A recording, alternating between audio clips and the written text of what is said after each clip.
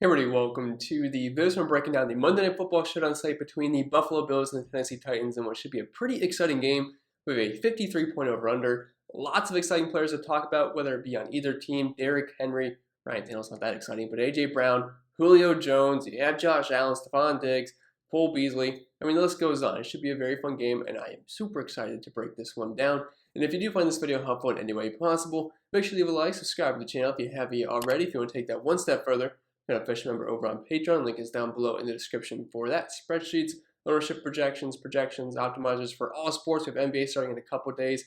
We'll be covering that over on the site and a bunch of other stuff. So if you want to check it out, link is down below for that. And last but not least, this video is sponsored by PrizePicks. I'm sure most of you know this by now, but if you don't, it's daily fantasy sports simplified. Just you versus the projections. There's no sharks, 150 max contests, or salary cap restrictions, or anything like that. Just you versus the props they offer each and every single day. And as of right now, if you do sign over there, you get a free money bonus. That's an instant deposit match up to $100 when you use code CPEN and tell them I sent you. So it's free money. Just use it to your advantage. We do talk about some PrizePicks plays in the Discord each and every single day for all sports. And it's definitely been fun and having some success with it. So I like playing over there in addition to what I do on DraftKings, and I'm sure you guys would as well. But I think that's it for the plugs for the most part. So without further ado, let's dive into today's video. And as always, we'll start with the quarterback position. And I usually don't roster captain quarterbacks too often, although this is one of those slates, and I'm definitely going to make an exception for Josh Allen because he's one of the highest upside quarterbacks in the entire league. I know he's super expensive, nearly $13,000, so you are paying a pretty penny for him. I don't think you have to go there in your cash game bills just because of the expensive price point. There's some other really good skill position players that you can play at cheaper price points that are also in very good matchups. But Josh Allen's definitely someone I want to have interest in tournaments in terms of the captain spot. It's not a question of whether you want to play him in the flex spot. He's going to be the highest owned player on the slate. He's got a great matchup versus Tennessee. It doesn't make any sense not to like Josh Allen here. It's just a matter of how much do you want to play him in the captain spot. Typically, I don't try to go over 10%, but with a guy like Josh Allen, I am willing to go over 10%, maybe even 20% if Lambs can fit right with him. The problem is he's super expensive, but like I mentioned, this is a fantastic matchup. Tennessee's 25th DVA versus the pass, or 20th versus quarterbacks in terms of fantasy points allowed per game. Nearly 280 passing yards, close to 2 passing touchdowns. Allen's got Stephon Diggs, Emmanuel Sanders, Dawson Knox, and Cole Beasley to get the ball to. And they have a team total close to 30 points here, and they don't really run the ball too often with guys like Zach Moss and Devin Singletary. And he runs the ball around the goal line, so he's always a threat for a rushing touchdown. He's averaging just under half a rushing touchdown per game this season. So super expensive, but obviously I love Josh Allen. Find a way to fit him in your lineups, whether it be the flex or captain spot today. Don't care either way, but you definitely want to consider him in the captain spot more often than you would for most quarterbacks. Then on the opposite side, we have Ryan Tannehill, who's actually pretty cheap, below $10,000. Problem is, Buffalo's been very stingy defensively so far this season. They are first DVA versus the pass, and allowing the least amount of points per game to the quarterback position, only 12.8 points per game and under 200 passing yards, only 1 passing touchdown, only 19 rushing yards allowed to the position as well. Now, Ryan Tannehill can run the ball a little bit. He's not like a prototypical rushing quarterback, but he just averaged 26 rushing yards per game, which is only like 10 yards off of Josh Allen so far this season. He had 7.6 yards per carry. It's a team that definitely likes to run the football with Derrick Henry. The problem is with them being 6-point dogs. We saw early in the season when they were getting killed in week 1 versus Arizona, Derrick Henry busted in that game. They had to rely on Ryan Tannehill a little bit more than I'm sure they would like to, and I could see a similar situation happen in this one. Although I'm sure the game plan early on is going to be just run the ball down their throats to Derrick Henry, kill the clock, keep Josh Allen off the football field. Now, that's easier said than done, but I'm sure that's what the Tennessee Titans would like to do, and that's what they've been doing the past month now. And it has been working, but they've been playing a lot softer defenses. This is definitely a tough test here versus Buffalo. I think Ryan Tannehill below $10,000 is definitely a solid option. All the amazing skill position players on the site, I don't think he's an absolute lock to play, but definitely going to be one of my higher owned players just because he's a quarterback below $10,000 and a 53-point over-under game. So just moving over to our lineup here, I have no problem at all captaining Josh Allen. I think that's definitely one of the better ways to go on this slate. The problem is he is super expensive, $19,200. And I know we captained CMC in that one slate, but outside of CMC, I mean, yes, DJ Moore was there, but there wasn't really many exciting other players. On this slate, there's Josh Allen, but then there's Derrick Henry, Tannehill, Diggs, Sanders, A.J. Brown, who's questionable for this game. You got Julio Jones. So it's definitely not just like Josh Allen and everybody else in the slate. He's definitely the highest projected player, but you're definitely paying a premium for him. So just for as of right now, we're going to throw Josh Allen in the flex spot to allow us some more flexibility of the spot versus Tennessee. I would not plug in Ryan Tannehill yet. If he fits, great, but if not, I want to get some more pass catching options with Josh Allen over prioritizing Ryan Tannehill in this lineup. And moving on to the running back position, we have one of the most prolific players in all of football, especially when it comes to fantasy football. It's Derrick Henry at $11,400. Super, super expensive. Jerry McNichols is there as well at $3,000. Wish he was a little bit cheaper because he would be a decent pass catching running back to use, especially if you think the Bills are just going to absolutely crush the Titans and are playing from behind. He could get several dump offs.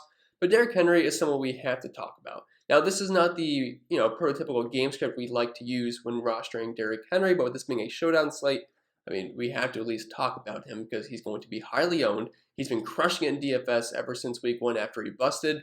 The problem is the Bills have been stout versus the run this year. Because not only are they first DVA versus the pass this year, they're also first DVA versus the run, only allowing 13.2 DraftKings points per game, less than 50 rushing yards, and allowing the fewest points per game to the running back position. Although I want to keep in mind who they've played so far this year. They played the Chiefs, not a big run game there. They played the Houston Texans, which they're just a dumpster fire. Washington doesn't really run the ball too much, and they were killing them early on. Played Miami, Myles Gaskin's not going to kill most defenses. Then they played Pittsburgh week 1, which they did stop Najee Harris, who's been one of the best fantasy football running backs so far this season, so I will give them that. Najee Harris kind of reminds me of Derrick Henry because they're so big, although Najee Harris is definitely a lot better of a pass catcher, and they utilize him in the passing game a lot more than Derrick Henry. So you got to keep that in mind. These numbers could be a bit skewed, and this is definitely their toughest test of the season because if the Titans can give Derrick Henry the ball 30, 40 times, they will certainly do that to wear out a defense because early on, sometimes Derrick Henry does not look like the best play out there, but after a while, it just wears that defense down. It gets harder to tackle, and he just starts ripping off big chunks. And he's usually a lock to get into the end zone almost each and every single game. His numbers on the season, nearly 1.5 rushing touchdowns per game, nearly 30 rushing attempts, close to 130 rushing yards, 4.5 yards per carry. And he's actually getting used in the passing game this year. He had no targets last week, but they didn't really have to use him in the passing game just because they were handling that team just fine. But he is sitting at just under a 10% target share. That was closer to 13, 14% a few weeks ago, so it is going down. Jerry McNichols definitely has been the more of a pass catching back so far in this offense. I think he had like 12 targets a couple weeks ago. I mean, obviously that's a bit of an outlier, but if they're trailing this game, they're 6-point dogs. It could be a Jerry McNichols game where he's getting dump offs because he's got 13.5% target share in the season, 4 targets per game. As much as we'd like to get Derrick Henry more involved in the passing game, it seems like Jerry McNichols is definitely going to have a role in that. I mention though he is currently questionable to play. I'm assuming he does, but if he doesn't, obviously even more of a boost for Derrick Henry as a pass catcher because he'll be like pretty much the only guy back there. Then as far as the Bills running backs go, Zach Moss is starting to take over this backfield. We saw him up to nearly 75% of the snaps last week. Devin Singletary around 25. But the two-man show here, nobody else is really involved whatsoever. Their season stats are pretty much the same. Both are on 50 rushing yards. Both are on 11 rushing attempts. Zach Moss is making more touchdowns. Devin Singletary has been better yards per carry-wise. And in terms of the passing game, 2.5 targets for Zach Moss, 2.4 targets per game for Devin Singletary, both sitting at around a 7.XX target share. So I just hate picking between the two. Obviously, I like Zach Moss over Devin Singletary, but you're paying nearly $3,000 more for him, and Devin Singletary is still going to have a role in the offense. This is a team that does not like to run the football much. Like, they'll use Josh Allen as much as possible, and they can really attack this Tennessee defense with their secondary. They're still 27th DVA versus the run, but they're allowing the 13th fewest points per game to running backs. It's just so easy to pass on the Titans, and they have the weapons to do that. So I'm not huge on the running backs. I'm not fading them, especially in a 150 max contest. I will be playing these running backs just in case they get touchdowns. And I mean, some of these guys will get dump offs from Allen, and I'm sure one of them has a chance of being optimal. Probably not both. But in single entries, I'd probably steer away from the running backs unless I have like $4,600 for my last spot and Devin Singletary fits. I don't think it's the end of the world. Getting back to our lineup, I'm not going to plug in the Bills running backs for now. If they fit at the end, sure, go for it. But Derrick Henry is the guy I'm going to plug in right now. I'm going to put him in the flex spot. I don't think I'm going to be huge on Derrick Henry in the captain spot in this slate just because of potential game script. I'm still going to play him in the captain spot, but definitely won't be as highly owned for me compared to guys like Stephon Diggs or Josh Allen. But he's going to be up there. And then moving on to the wide receiver position, we'll start with the Bills group here, which consists of Stephon Diggs, Emmanuel Sanders, Cole Beasley, Gabriel Davis, Jake Kumerow, and Isaiah McKenzie. Looking at snap counts last week, Emmanuel Sanders led these guys at 79% of the snaps. Stephon Diggs not too far behind at 74%. Cole Beasley at only 39% of the snaps. We've only seen him get 2 targets the past 2 weeks, and his snaps have been declining. Was at 66%, then he went to 50%. Now he was down to 39% last week, so that's obviously concerning, especially the lack of targets and usage. Gabriel Davis at 25% of snaps, and then Isaiah McKenzie and Jake Kumerow just both sitting around 10 to 15% of these snaps. So lots of mouths to feed in this offense. Not to mention Dawson Knox has been quite involved in the tight end position as well. But just looking at their usage so far this season, Stephon Diggs has been the man. Close to a 27% target share, 9 targets per game, 36% market share of the team's air yards. Heading into the week, he was like top 10 in air yards in the entire NFL, very close to the very top in end zone targets. Like at some point, he's going to start popping up. I know Stephon Diggs hasn't been amazing this year. I believe only 1 touchdown to his name, but positive regression is coming for Stephon Diggs, and it could definitely happen in this matchup versus one of the worst secondaries in all of football. Manny Sanders has been very good. He's only getting 3.8 catches per game so far, but around 65 receiving yards, close to 6 targets. He's been scoring a lot of touchdowns, 18% target share. Cole Beasley, 5.2 catches per game on over 6.5 targets and 19.4% target share. Gabriel Davis, not a lot of usage, 4.5% target share, 1.6 target per game, and less than a catch, so it's very hard to trust him. I wish he was cheaper. $2,000 seems a bit expensive for a guy that's just not getting much usage, although he is right behind Cole Beasley in terms of getting snaps. And I know he has upside. And then Jake Kumaro, quarter of a target per game, and Isaiah McKenzie, close to a half a target per game. We're talking like around 1% target share and a 0.5% target share for both these wide receivers, so they are pure pump plays at best. But looking at the matchup here for all these wide receivers versus Tennessee, they are currently allowing the most points per game to the position, over 220 receiving yards, nearly 50 DraftKings points per game, and 20-50 VA versus the pass. So all these guys in a fantastic spot. This is a pass-happy offense. I definitely think this is a game that Stephon Diggs absolutely blows up. So he is my favorite captain as of right now. There's lots of good players, but Stephon Diggs, I know he's expensive, but this is a great spot versus a bad secondary. You can definitely eat them up. And then moving on to the Titans group here, we have A.J. Brown, Julio Jones, Chester Rogers, Marcus Johnson, Nick Westbrook, Akini, I believe that's how you pronounce his name, Josh Reynolds, you have Cameron Batson here. And I gotta be honest, it's a little bit tougher of a group to break down because I feel like we never had these two star wide receivers playing on the same field at the same time since like week 2. And a lot of things have changed since week 2, like in terms of just getting other wide receivers involved. Like Marcus Johnson, he was not involved in the offense for the first few weeks, and last week he played like 75% of the snaps. Again, that's without Julio Jones, so things are different now because we're probably going to have both wide receivers, although as of right now, A.J. Brown is currently questionable for this game, popped up with an illness, so if he's out, obviously you can bump up all these cheap wide receivers. Chester Rogers would definitely be interesting, Marcus Johnson, Westbrook Akini, these guys are cheap too, so if A.J. Brown's out, just keep that in mind. As of right now, A.J. Brown projects as the best wide receiver in this offense, although he is the most expensive, so it makes sense there. But he's below $8,000. I will say the Bills have been super tough versus the pass this year. Like their defense overall has just been super stingy all across the board. First year versus the pass, we're going to talk about that, but they're allowing the fewest points per game to the wide receiver position. The fewest points allowed to the quarterback position, running back position, and wide receiver position so far. So be careful with the wide receivers here, although the Titans are 6-point dogs, so they could be throwing the ball more. But as of right now, we're probably going to have to take a wait-and-see approach on this Titans passing attack and see if A.J. Brown is playing or not. So then moving over to our lineup, like I said, Stephon Diggs is my favorite captain on the slate. I think he's going to be right up there with Josh Allen as being the highest owned captain, which rightly so. He seems a bit cheap for the role that he has in this offense. I realize he hasn't absolutely crushed it this year, but it's coming at some point. You know how good he was last year. He's getting similar volume. It's just not translating to as much fantasy points as it did last year, but I mean, this is the best matchup you can ask for. They're allowing the most points per game to the position. So we're going to plug in Stephon Diggs to the captain spot. That's going to leave us $3,800 for our last 3 spots, which means we definitely have to find some value here soon. And I'm not going to fill out the rest of this lineup yet. We're going to talk about tight ends, defenses, and kickers first, and then we'll get to filling out the rest of this lineup. And moving on to the tight end position, the Bills are easy because it's just Dawson Knox, and then Sweeney gets some snaps, but Dawson Knox is playing close to 100% of the snaps, at least he did last week. And like I said, I like all the pass catching options for the Buffalo Bills. The Titans this season, they've actually been stingy versus the tight end position. I'm not sure if that's just because they're so bad versus wide receivers, but I'm not scared of that whatsoever. I think you can definitely play Dawson Knox. Do not be afraid of them being the second. Do not be afraid of them allowing the second fewest points for getting to the position because Dawson Knox has actually been pretty good. He's been a touchdown monster, 30% weight opportunity share, 4.6 targets per game, and 52 receiving yards. Had over 100 receiving yards last week versus the Kansas City Chiefs. Absolutely broke that slate. And then the Titans are a little bit trickier because they use 3 tight ends quite a bit. Michael Pruitt had nearly 60% of the snaps last week. Jeff Swaim, I believe that's how you pronounce his name, saw close to 55% of the snaps.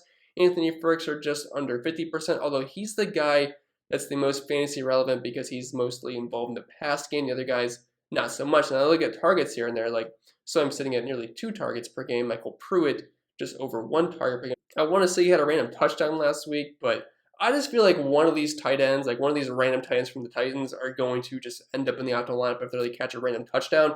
I'm not sure we can project it, but I would plan accordingly in your lineups if you're building multiple lineups just to maybe throw one of these guys in because I just feel like one of them is going to luck box into a touchdown. Ferguson, obviously the one you want, but he's $4,000. The other ones are both below $1,000, so they definitely pure punt options that open up some things up top. And this is actually the one spot on defense the Bills aren't like first against as well, as they're ranked 11th versus tight ends. Then moving on to the defenses, you guys know my feelings towards them. I'm typically lower exposed to defenses compared to the field. Although also the Bills, they've been amazing this year. They are first DVOA overall this season.